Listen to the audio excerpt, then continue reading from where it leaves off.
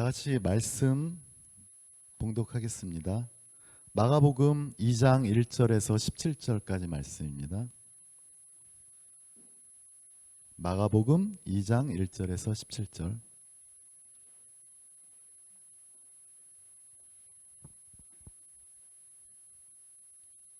다 같이 교독하시겠습니다.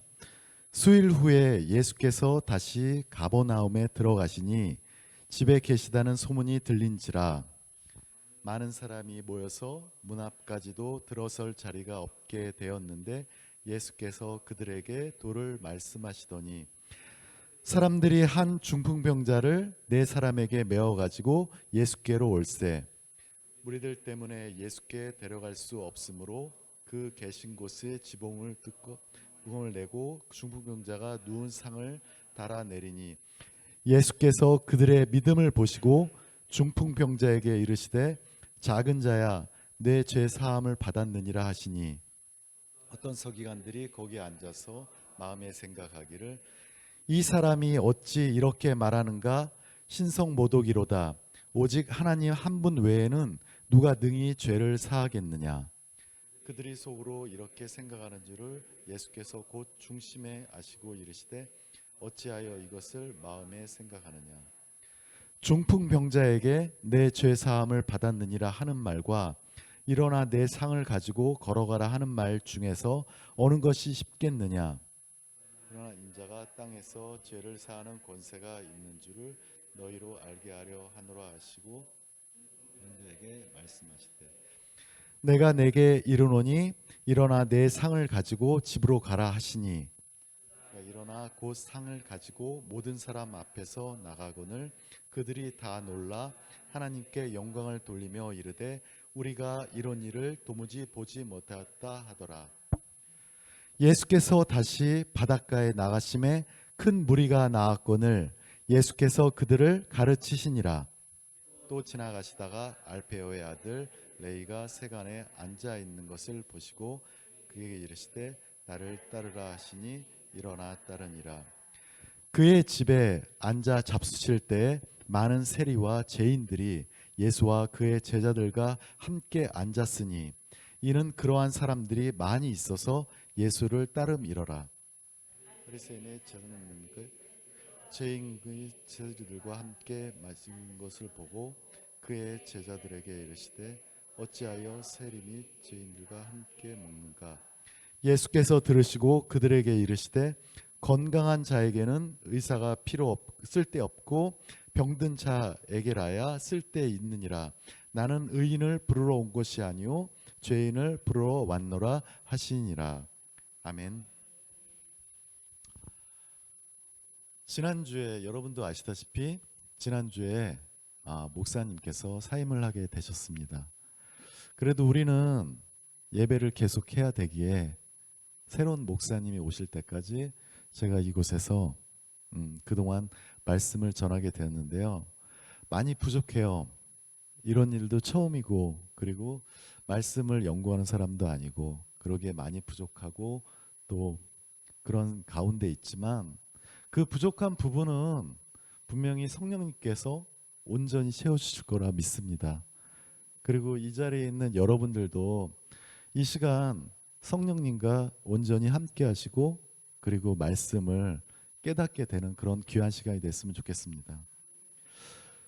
저희가 이제 새롭게 말씀을 이제 같이 나눌 건데요.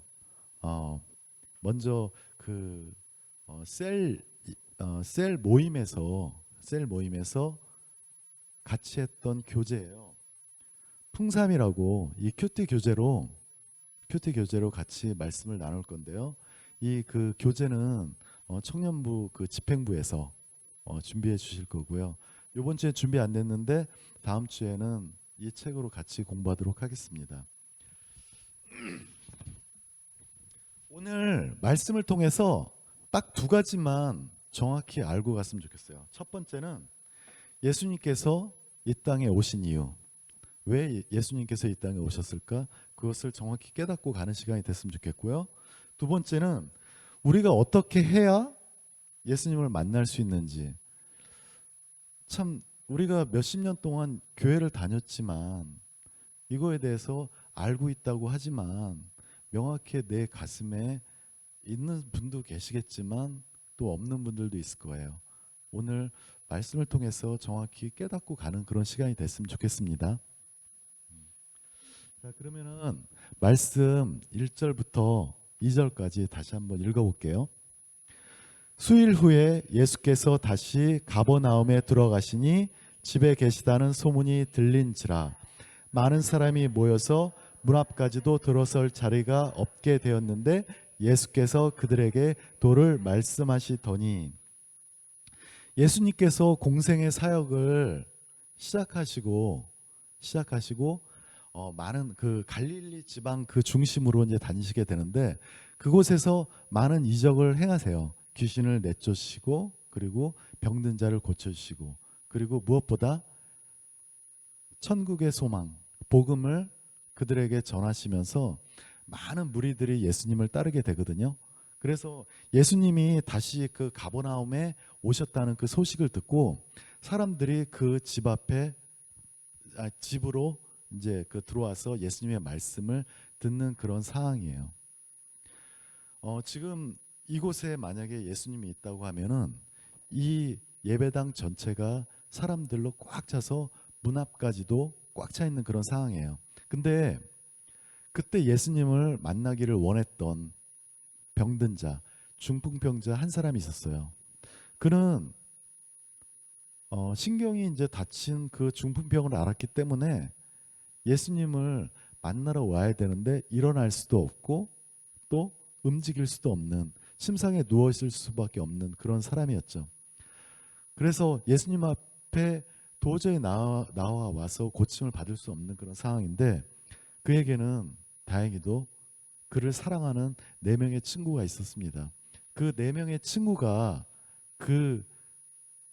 그를 침상채로 같이 이제 들러매고 예수님 앞에로 나와와요.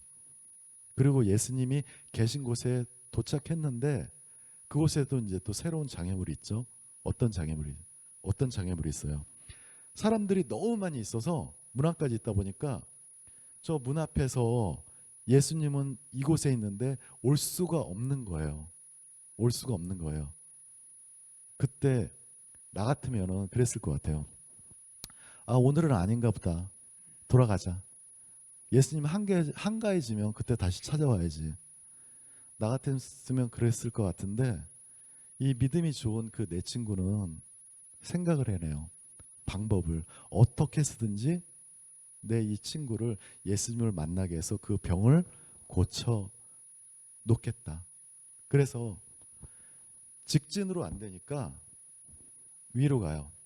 지붕으로 가서 지붕을 뚫고 그 밑으로 예수님 있는 곳에 정확히 그 친구를 내려놓습니다. 이게 우리가 믿지 않는 친구들을 바라볼 때 가져야 되는 생각인 것 같아요. 우리 주위에는 여기에 나오는 중풍병자와 같은 자들이 있습니다. 예수님을 만나야 되는데 혼자서는 예수님께 다가갈 수 없는 자들, 나의 가장 친한 친구 중에도 있을 거고요. 그리고 내가 사랑하는 가족 중에도 아직 하나님을 알지 못하는 예수님께 혼자서는 나아올 수 없는 그런 사람이 있을 수 있습니다. 그런 사람에게 우리가 바로 이 4명의 친구가 되어줘야 되는 거죠. 그게 바로 믿는 자의 사명이고 그리고 우리의 책무인 것입니다. 우리에게 죄사함을 주신 하나님께 감사하는 그 방법은 바로 이 내 친구가 되는 그런 일이겠죠. 자, 그리고 그 중풍병자가 예수님 앞에 왔을 때 예수님은 말씀하시죠. 예수께서 그들의 믿음을 보시고 중풍병자에게 이르시되 작은 자야 내 죄 사함을 받았느니라 하시니 어떤 서기관들이 거기에 앉아서 마음에 생각하기를 이 사람이 어찌 이렇게 말하는가 신성 모독이도다 이로다 오직 하나님 한 분 외에는 누가 능히 죄를 사하겠느냐. 예수님께서는 친구들의 믿음을 보고 그 중풍병자의 병을 고쳐주십니다. 근데 여기서 병을 일어나 걸어가라. 뭐 보통 그렇게 얘기하시는데 오늘은 그렇게 말씀 안 하시고 작은 자야 내 제사함을 받았느니라 그렇게 말씀하시죠. 여기서 예수님이 이 땅에 오신 이유에 대한 힌트가 나오는 겁니다. 여기서 그때 그곳에 있던 서기관들이 이제 마음으로 생각을 하는데 서기관이라고 하면은 말 그대로 적는 사람이에요. 뭘 적냐? 그 당시에 율법, 성경 그런 것들을 인쇄술이 안 나올 때니까 직접 적었던 사람들, 그리고 그 말씀을 연구하고 가르쳤던 사람들. 지금으로 얘기하면은 신학자, 그리고 목회자 가르치는 사람이니까, 그리고 연구하는 사람이니까 신학자이고, 그런 신학자이면서 목회자였던 사람이 바로 서기관들이거든요. 그 사람들은 율법에 아주 정통해요. 그러니까 그 사람들이 볼 때 죄사함, 죄사할 수 있는 권한은 오직 누구에게만 있어요? 하나님 한 분밖에 없잖아요. 그거는 이 사람들이 생각하는 게 맞거든요. 틀린 말이 아니에요. 근데 이 사람들이 알지 못했던 거 한 가지는 뭐냐면 예수님이 바로 그 죄사할 수 있는 하나님이라는 걸 몰랐다는 거죠.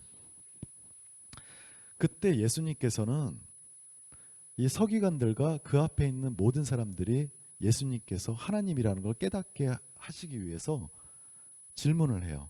어떤 질문을 하냐면 중풍병자에게 내 죄사함을 받았느니라 하는 말과 일어나 내 상을 가지고 걸어가라 하는 말 중에 어느 것이 쉽겠느냐? 어느 것이 쉽겠어요? 둘 다 사람은 도저히 할 수 없고 하나님만이 행할 수 있는 그 두 가지를 여기서 말씀하시는 거예요. 그래서 이번에는 그 중풍병자에게 말씀하시죠. 내가 내게 이르노니 일어나 내 상을 가지고 집으로 가라. 두 번째 일을 말씀하시고 실천을 하세요. 그리고 예수님께서 하나님이심을 우리 앞에 증명하십니다. 서기관 앞에, 그리고 많은 사람들 앞에서 증명을 하심으로써 이 사람들이 예수님이 바로 하나님이라는 걸 믿게 하시고, 그래서 우리의 죄를 사해 주실 수 있는 권한이 있다는 것을 우리로 믿게 하는 거죠. 그 다음에 예수님께서는 이제 지나가시다가 세관 앞을 지나가시는데 거기서 제자 한 명을 이제 삼으시게 돼요. 그 이 제자는 알페오의 아들이고 레위인데 다른 말로는 이제 마태예요. 마태복음을 그 서술한 마태인데 세관에 앉아 있으니까 세리예요. 세리. 세리하면은 지금으로 따지면 그 직업이 세무직 공무원. 세무직 공무원 죄인 아니잖아요. 그죠? 근데 우리가 일제시대 때를 생각을 해보면 이때 그 시대가 로마 제국이 유대를 식민지화했던 그 시기거든요. 우리가 일제시대 때 생각하면은 이 세리라는 직업은 분명히 백성들의 그 세금을 부당하게 많이 징수해가지고 로마 정부에 주고 또 그 거기에 있는 그 유대 그 정부에 이제 주고 그렇게 이제 그 세금을 이제 걷는 그런 사람들인데 일치시대로 따지면은 일본의 앞잡이 그리고 민족의 배신자 한마디로 친일파 이렇게 우리가 볼 수 있고 그 사람들도 그 당시에 그렇게 생각을 했어요. 그래서 대표적인 죄인 하면은 유대인들이 떠올렸던 사람이 바로 세리 그리고 두 번째는 창녀 그리고 뭐 살인자 뭐 이런 뭐 그 여러 그 부류가 있겠지만 대표적인 죄인이 바로 세리와 창녀였던 거예요. 근데 그런 죄인을 예수님께서는 나를 따르라 하고선 이제 죄인 그 제자로 삼아요. 그리고 그 마태의 집에 가서 이제 그 머무시게 되는데 이때 예수님을 따라다니는 그 많은 사람들이 유대인들의 입장에서 보기에는 죄인들이었거든요. 죄인이기 때문에 내 죄를 예수님께서 해결해 줄 수 있다는 믿음이 있었기 때문에 예수님을 따라다녔어요. 그래서 이때 마태의 집에도 예수님께서 그 먹고 마실 때, 제자들과 같이 먹고 마실 때 많은 세리들과 죄인들이 함께 했는데 이 모습을 본 바리새인과 서기관이 또 트집을 잡죠. 뭐라고 얘기하면 14절에 바리새인의 서기관들이 예수께서 죄인 및 세리들과 함께 잡수시는 것을 보고 그의 제자들에게 이르시되 어찌 세리 및 죄인들과 함께 먹는가, 이렇게 말씀을 하세요. 이 사람들 입장에서 이렇게 보면은 어떻게 보면 당연한 얘기예요. 성경에 분명히 의인은 오만한 자리에 서지 않는다고 했고 악인의 꾀를 쫓지 않는다고 했고, 그리고 이 바리새인의 뜻이 거룩한 자, 분리된 자, 그런 뜻이거든요. 하나님을 믿는다 하면은, 하나님의 백성이라고 하면은 율법을 철저히 지켜야 되고, 그리고 죄를 짓지 않기 위해서 노력을 해야 되고, 죄인들이 있는 곳에 가지 않아야 되는 게 당연한 건데, 하나님의 아들이라고 하면서 죄인들과 어울려 같이 밥을 먹고 있는, 함께 먹고 있는 그 모습이 그들에게는 이제 그것이 이제 그 트집거리가 되었던 거죠. 그때 예수님께서 그 말씀을 들으시고 그들에게 이릅니다. 그리고 아주 유명한 말을 해요.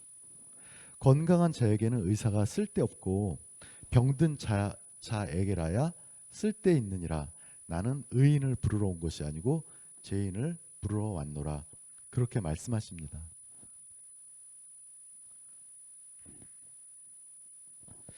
많은 사람들이 예수님을 만나지 못해요. 많은 사람들이. 심지어는 몇십 년 교회를 다니고 있고 몇십 년 동안 매주 한 주도 안 빠지고 예배를 드리고 하나님의 말씀을 듣고 있지만 예수님을 만나지 못해요. 만나지 못하는 사람들이 있어요. 그 만나지 못하는 그 까닭이 무엇일까요? 바리새인과 서기관들처럼 스스로 자신의 행동으로 의를 찾는 사람들, 그래서 내가 의롭다고 생각하는 사람들, 내가 의롭기 때문에 그 사람들은 예수님이 필요 없어요. 메시아가 필요 없고 나를 구원해 줄 사람이 필요 없습니다. 그래서 예수님 앞에 나아가지를 못하는 거예요. 우리가 그렇지만 성경에도 분명히 나와 있듯이 의인은 없습니다. 모든 사람이 바로 죄인입니다. 그래서 우리가 예수님을 만날 수 있는 그런 유일한 방법은 내가 얼마나 비참한 죄인인지를 깨닫는 거예요. 내가 얼마나 비참한 죄인을 깨닫고 예수님 앞에 나아가서 무릎 꿇고 내 죄를 참회하고 회개하고 예수님께 모든 나의 죄의 문제를 내려놨을 때 우리는 진정 예수님을 만나고 구원받을 수 있습니다. 이 시간 우리 눈 감고 우리 죄의 문제를 잠깐 생각했으면 좋겠습니다. 나는 죄인입니다. 예수님 앞에 도저히 설 수도 없는 그런 참혹한 죄인입니다. 비참한 죄인입니다. 하지만 그것을 유일하게 해결해 줄 수 있는 분은 오직 예수님 한 분밖에 없기 때문에 이 자리에 나왔습니다. 우리는 매주 예배를 드리고 매일 예배의 삶을 살아갑니다. 그것이 바로 매일매일 예수님 앞에 우리가 서고 그곳에서 죄의 문제를 해결받고 새롭게 태어나기 위한 그런 일임을 우리가 깨닫고 주님 앞에 나아옵니다. 다 같이 통성으로 기도하겠습니다. 우리 하나님 앞에 우리의 죄를 내려놓는 그런 통성으로 기도하도록 하겠습니다.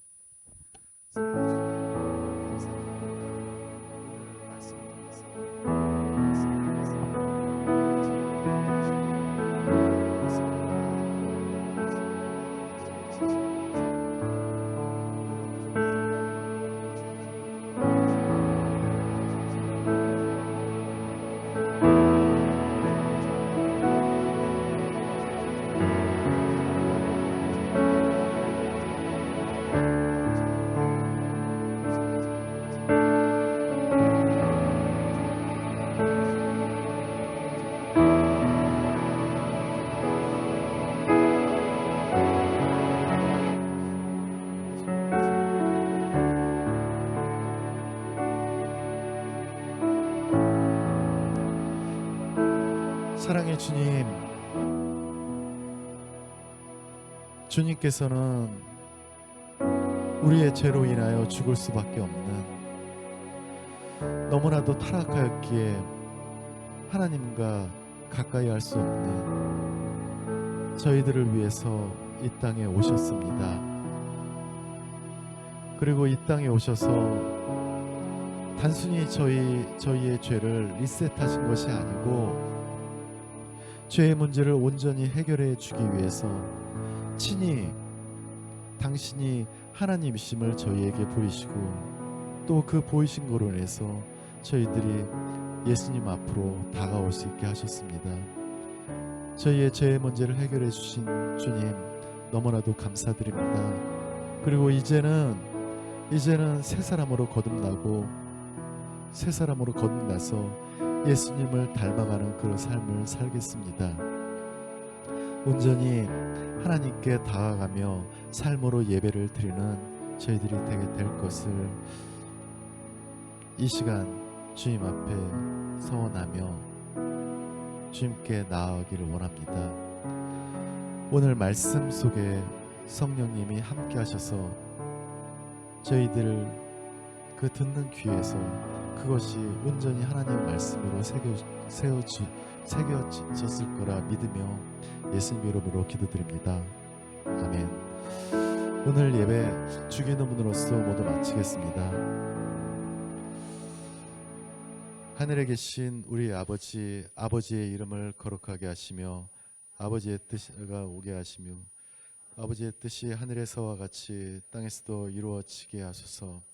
오늘 우리에게 이러한 양식을 주시고 우리가 우리에게 잘못한 사람을 용서해 준 것 같이 우리 죄를 용서해 주시고 우리를 시험에 빠지지 않게 하시고 악에서 구하소서. 나라와 권능과 영광이 영원히 아버지의 것입니다. 아멘.